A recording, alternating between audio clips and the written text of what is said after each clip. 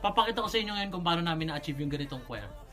So ito yung mga clips na ni-record ni Pao para sa choir ng walang effects.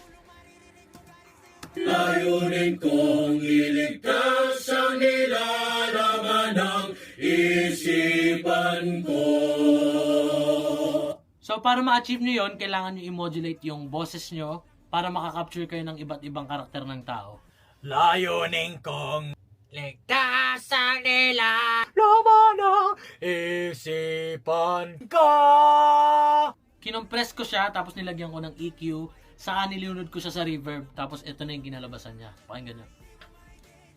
Layunin kong iligtas ang nilalaman ng isipan ko. Determinado out now, pakinggan nyo yan.